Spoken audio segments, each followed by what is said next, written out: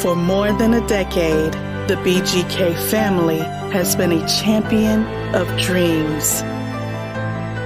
It's the dreams of those who work for a better tomorrow that drive us to reach our greatest potential.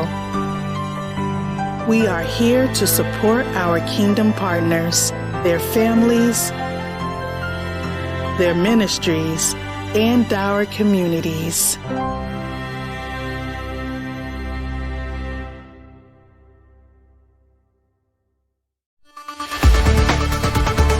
BGK 24/7 Online Christian TV Network.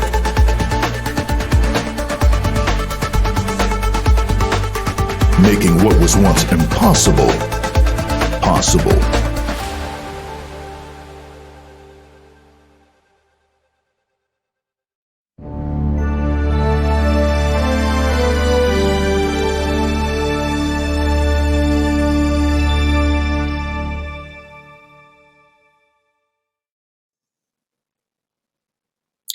Well, hello everyone, and welcome to another episode of In View with Sam and Denardo.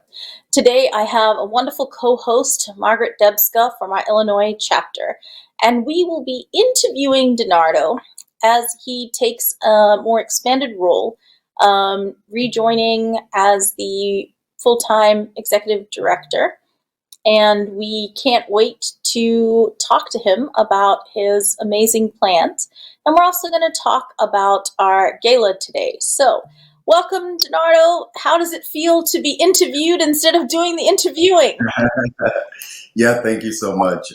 It's very different to be on the other side of the table. But no, it's a pleasure still to be able to be a part. And welcome, Margaret. Thanks for co-hosting with me today. Welcome, everyone. So, I know, obviously, we've had some changes, and we're super excited that you are back to day-to-day operations, Denardo, and we'd love to hear a little bit about the vision that you and Margaret have come up with for things and how they're changing and growing. Yeah, absolutely. One of the things that we are wanting to do is to expand what we do. We want to be more effective in our rescues. We want to be able to cover more territory. We want to be able to impact more lives through our outreach in regards to the communities we go in and our method of doing that.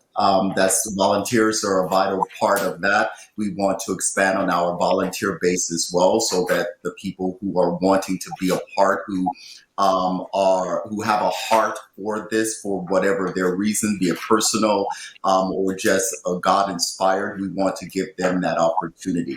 The other thing we are wanting to do is to work on housing. As many of you know, the pandemic has affected everything and everyone, every business of all sizes, including not-for-profits, or I should say especially not-for-profits. And so we want to get back into building our housing for our rescues. Part of our success and the reason we've been so blessed to impact so many lives is because we're able to not just bring one out of the environment of human trafficking, but to place them in a safe and secure environment where they're able to be nurtured and fed and really get themselves together and figure out how they want the next steps for their lives to be. And so, again, partners are very important with this. And that's why I'm also excited about the gala, because it's a great opportunity for us to share this vision. Before we get to the gala, Denardo, I'd just love to hear, Margaret, from you a little bit about the challenges that you faced placing people into housing. So, like Denardo said, we have so many survivors calling our hotline, and because of the COVID, we doesn't have any more safe houses. We had to close down because of the fundraising and money.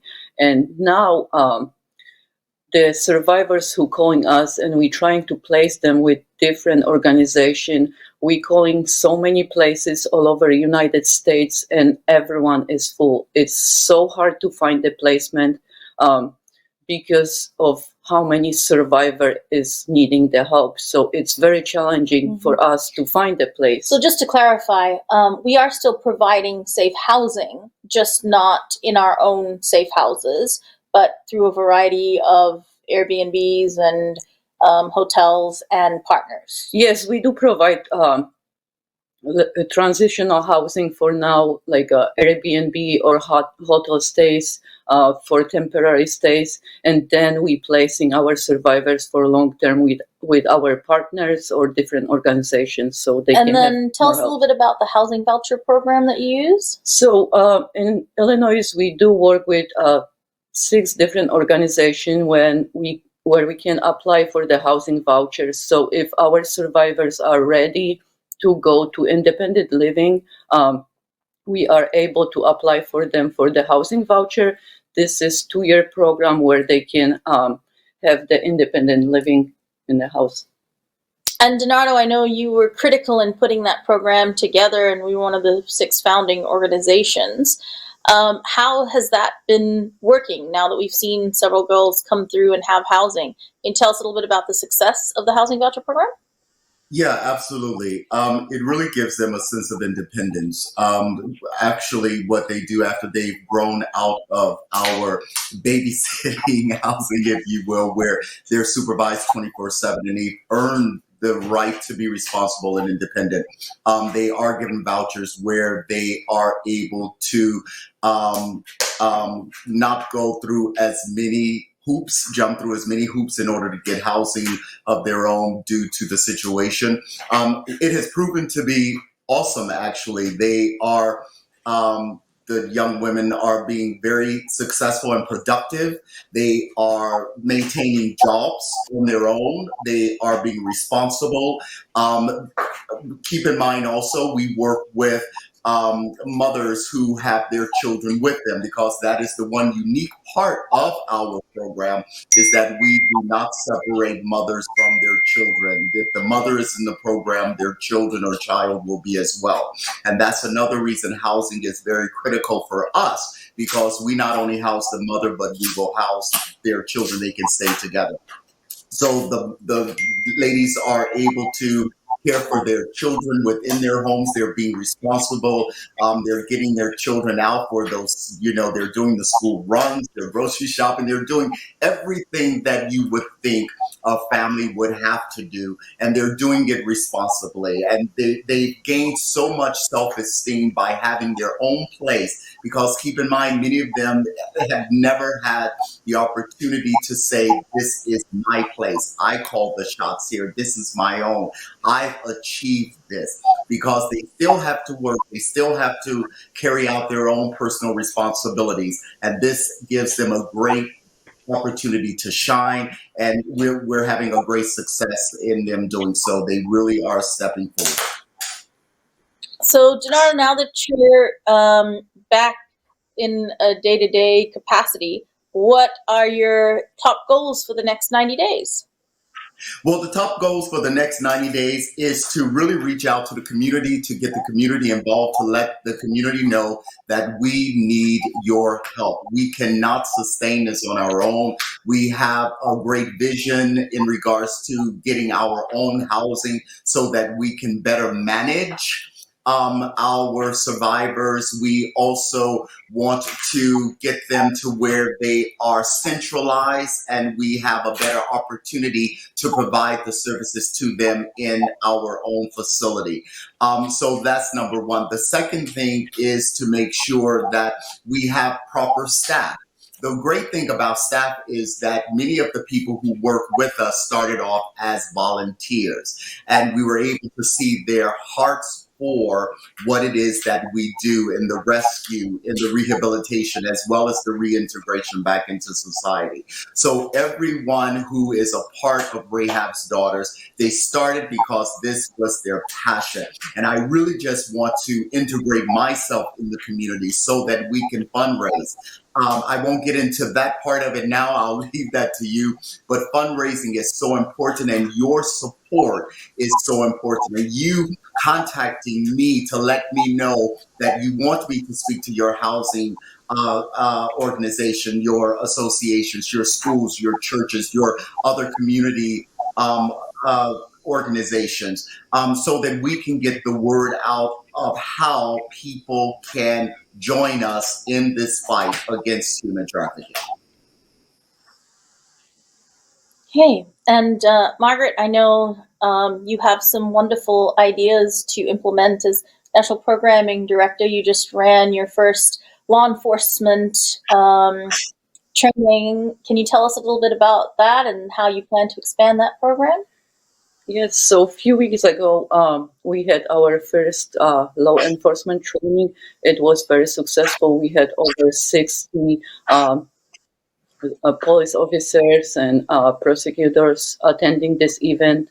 Um, Everyone were so glad to attend. They learned a lot, and we wanted to run this event and training more often. So we planning to run another round of the law enforcement training in the fall, so we can train more police officers and be able to learn about human trafficking and what they can do and how they can help more survivors. So I know you also ran Brave this year. Tell us a little bit about y'all's plans to expand Brave. So our Brave program is to empower young girls 10 to 18 years old, and we're going to be running this program at least 2 times per year. So next our event is in October, and it's going to be run in Barrington. So we are working to make this event happen. We had one in April and it was very successful. We were able to help young girl who came to this event, and we discovered that she was suicidal. So with all the Rahab's other stuff, we were able to figure out next steps for her and put her in a better place. She is actually still in our program, so we are glad that we can help her as she needs a lot of um, a lot of our support in this bad journey. I know that this is where volunteers and mentors are really important. Denardo, when you were talking about expanding into the community, do you want to tell us a little bit about mentorship and how important it is to have mentors to assist in cases of this nature? Absolutely. Mentors are vital because they really allow the survivors to see how the community cares for them. They're able to wrap their arms around the survivors. It really does take a village. We are not able to do it on our own. We really need the community to stand behind us, stand beside us as we encourage these ladies to move forward.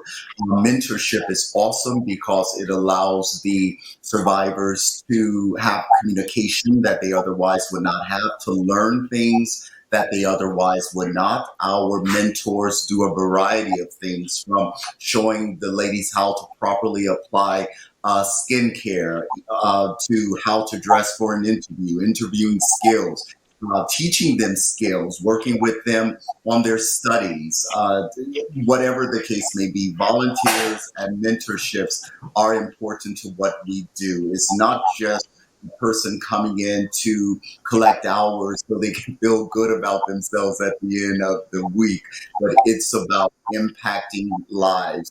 And that's an impact that will never ever be erased. It is lasting And in the mind.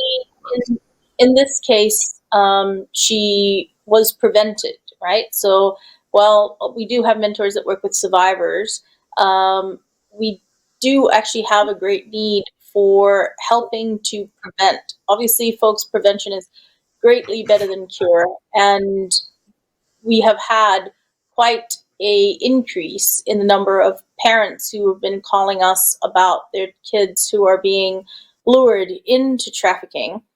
And I know, Margaret, that you and Heidi have been working hard with a lot of these parents. Can you tell us how important it is to do and to attend training around the grooming process and understanding how human trafficking happens? Yes, so we have so many calls lately from the parents who their children are missing, and they pretty much don't know what to do.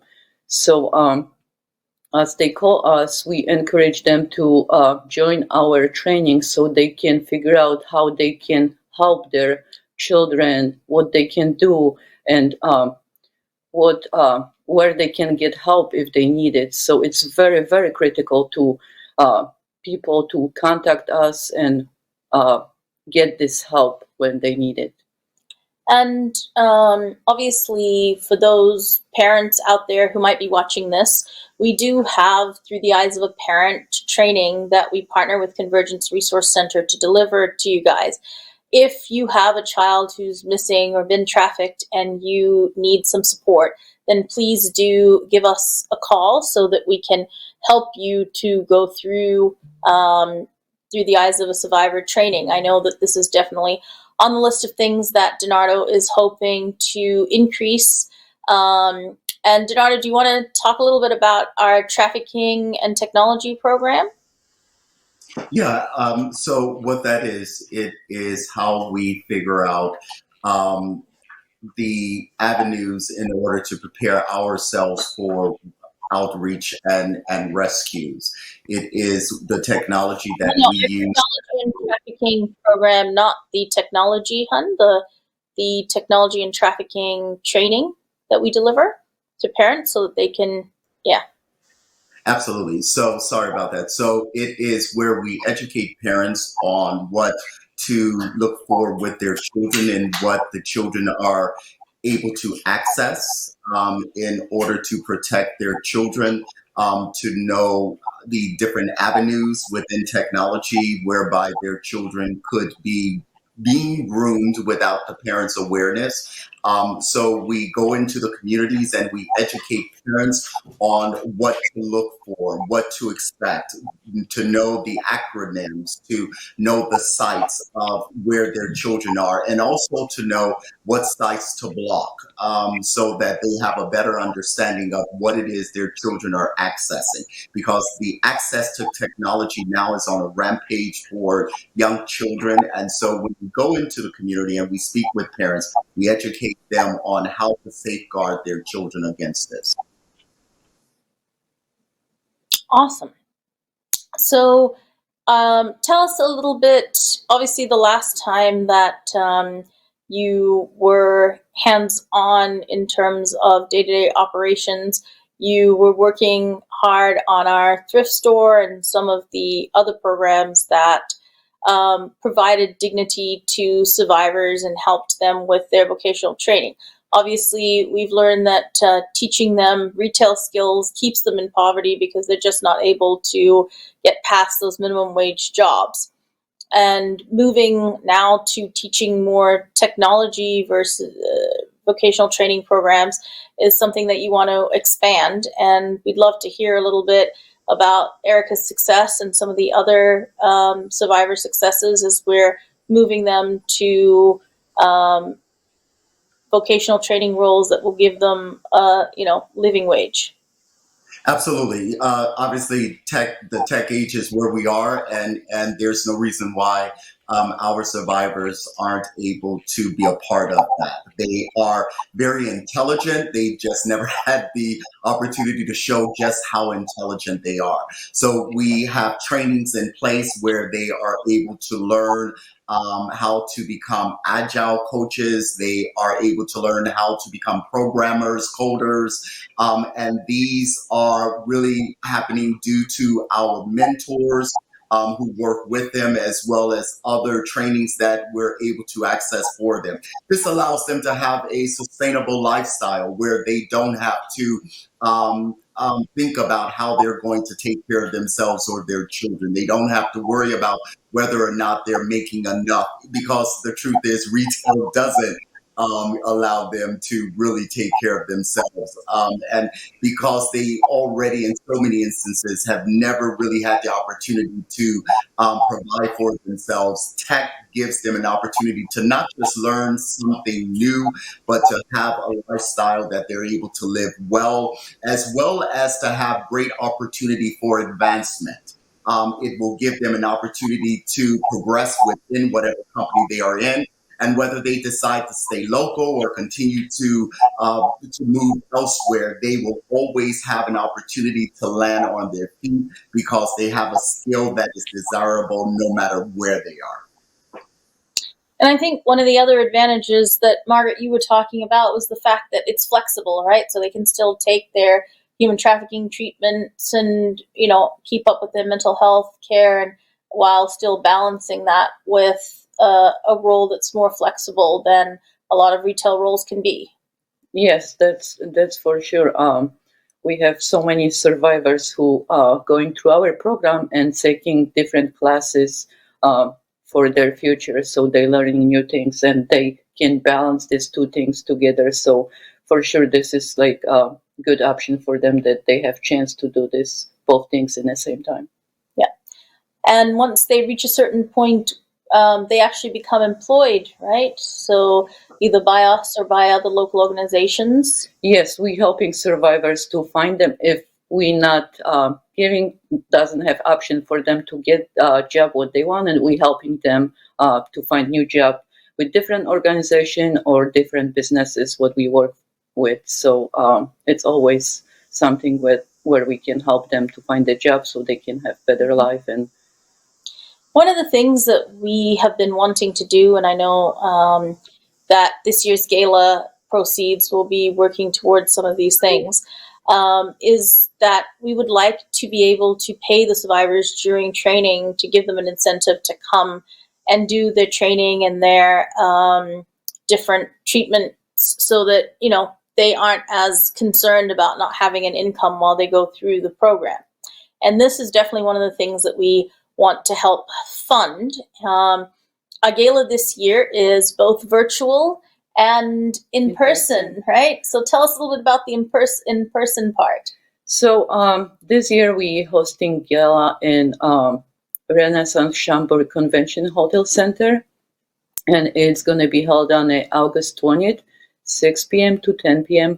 And we're going to have hybrid option, and we're going to have virtual and in-person. So in-person gala will have some fun activities, games, and we will have dance instructors who will come and join us and will teach us to dance. We plan to have raffle auction as well, and we'll be joining virtually with the guests so they can celebrate with us. They're going to have dinner delivered to their homes so they can feel that they are like in real-time gala with us. Yes, I am actually going to be the virtual gala host this year, and we have a wonderful MC who will be emceeing from the stage, Jewel Hillary. And we are so excited to have her. She's a broadcast TV personality. We already have a few gala sponsors, and if you would like to be a sponsor of the gala, then please do go to our website, rahabstarters.org, click on the gala, and you'll find all the sponsorship information available there. Tickets are going fast, so please do buy your tickets as soon as you possibly can. This year, being that the gala is both hybrid, we have VIP tickets where you can have a VIP reception if you're there in person. Online, we have general admission tickets, and they will include a meal sent to your home, as well as lots of other fun surprises. You'll be able to take part in the silent auctions and the raffles and all these other pieces. So, please do hop online, buy your tickets early, and we look forward to seeing you at the gala. I know Margaret is super excited about our theme this year. It's a masquerade ball. We're going to be unmasking human trafficking. And every year we try to unmask a different part of human trafficking. So this year we're definitely going to be looking at what it takes to get to recovery, and talking about some of that. And we have a panel of folks who will be there. I'll be moderating the panel, and then I'll be talking a little bit about resilience and what that looks like. So, definitely stay tuned. We look forward to seeing all of you there.